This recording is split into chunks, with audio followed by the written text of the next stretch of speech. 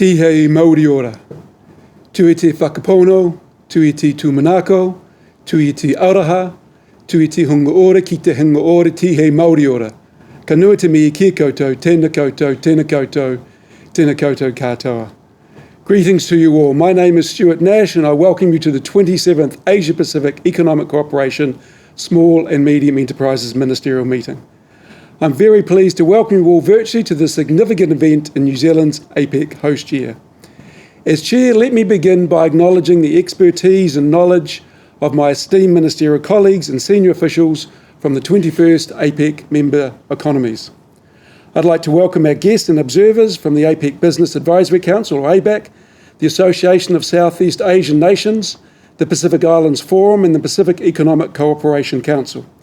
I'm delighted that we can be joined by keynote speaker Matthias Cormann, Secretary General of the OECD, as well as our expert speakers Francis Valentine, founder of the Mind Labs and Tech Futures Lab, ABAC Chair Rachel Talele, and Dr. Mark van Ommeren from the World Health Organization.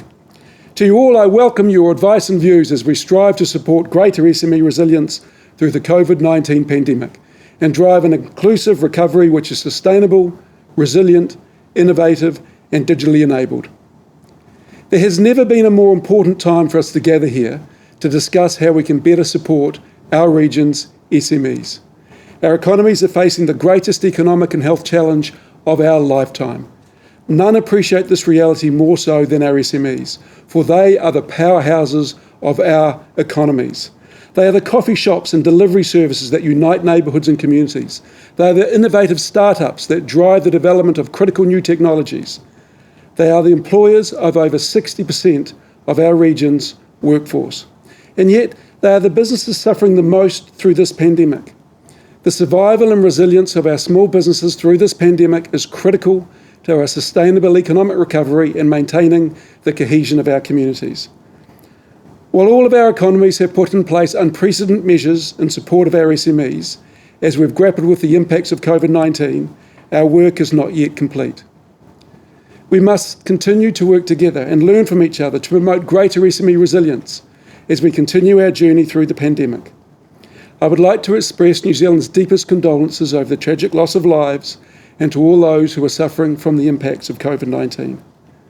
All of us are faced with difficult choices around how we can best support our SMEs through the pandemic and enhance their resilience against future economic shocks to come. We should also acknowledge the essential role of trade in enabling a strong economic recovery for our SMEs in the face of a global pandemic. Our economies need to take bold action to enhance SMEs and startups, ensuring access to international markets and supply chains by facilitating an open, inclusive trade and investment environment. Today we'll share our ideas, our experiences, and explore areas for greater cooperation as we consider the theme of resilience in a world with COVID-19.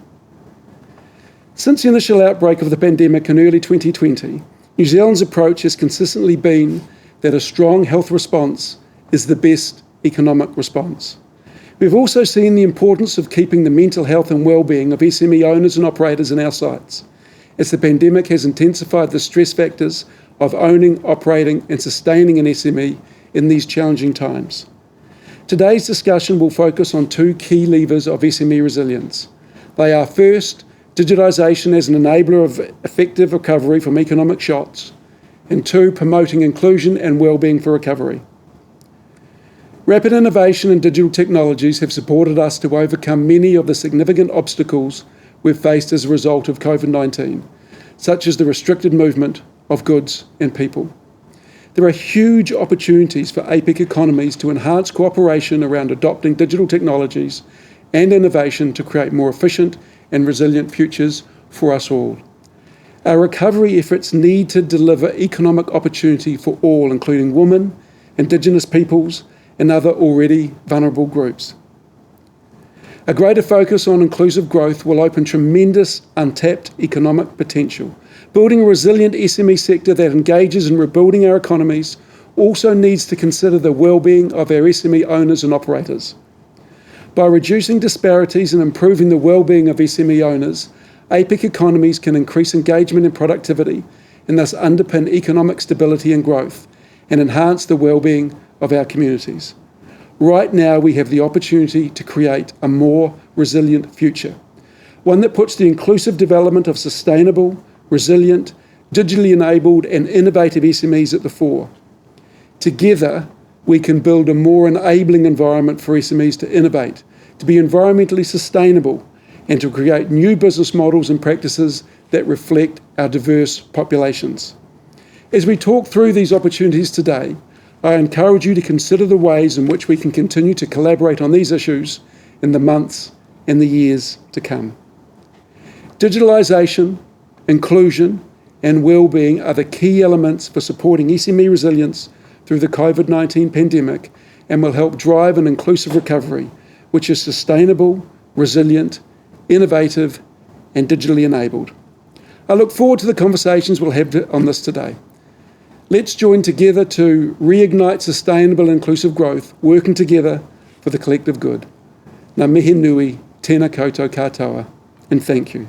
Let us join, work, grow together.